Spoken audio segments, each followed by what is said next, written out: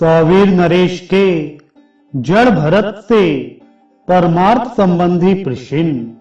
श्री पराशर जी बोले, उनके ये परमार्थमय वचन सुनकर राजा ने विनयावनत होकर उन विप्रवर से कहा।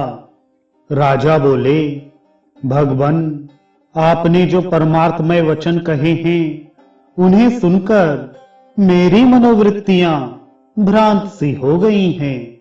हे विप्र, आपने संपूर्ण जीवों में व्याप्त जिस असंग विज्ञान का दिग्दर्शन कराया है वह प्रकृति से परे ब्रह्म ही है। इसमें मुझे कोई संदेह नहीं है, परंतु आपने जो कहा मैं शिविका को वहन नहीं कर रहा हूं, शिविका मेरे ऊपर नहीं है, जिसने इसे उठा रखा है वह शरीर मुझसे अत्यंत पृथक है। जीवों की प्रवृत्ति गुणों की प्रेरणा से होती है और गुण कर्मों से प्रेरित होकर प्रवृत्त होते हैं। इसमें मेरा कर्तव्य कैसे माना जा सकता है?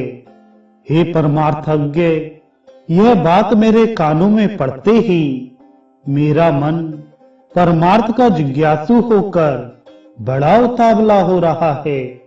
हे द्विज, मैं तो पहले ही महाभाग कपिल मुनि से यह पूछने के लिए कि बताइए संसार में मनुष्यों का श्रेय किसमें है, उनके पास जाने को तत्पर हुआ हूं, किंतु बीच में ही आपने जो वाक्य कहे हैं उन्हें सुनकर मेरा चित्त परमार्थ सेवन करने के लिए आपकी ओर झुक गया है।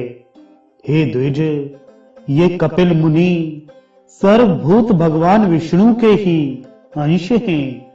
इन्होंने संसार का मोह दूर करने के लिए ही पृथ्वी पर अवतार लिया है, किंतु आप जो इस प्रकार भाषण कर रहे हैं उससे मुझे निश्चय होता है कि वे ही भगवान कपिल देव मेरे हित की कामना से यहाँ आपके रूप में प्रकट हो गए हैं।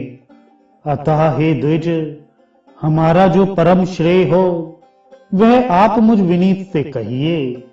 हे प्रभु, आप संपूर्ण विज्ञान तरंगों के मानो समुद्र ही हैं।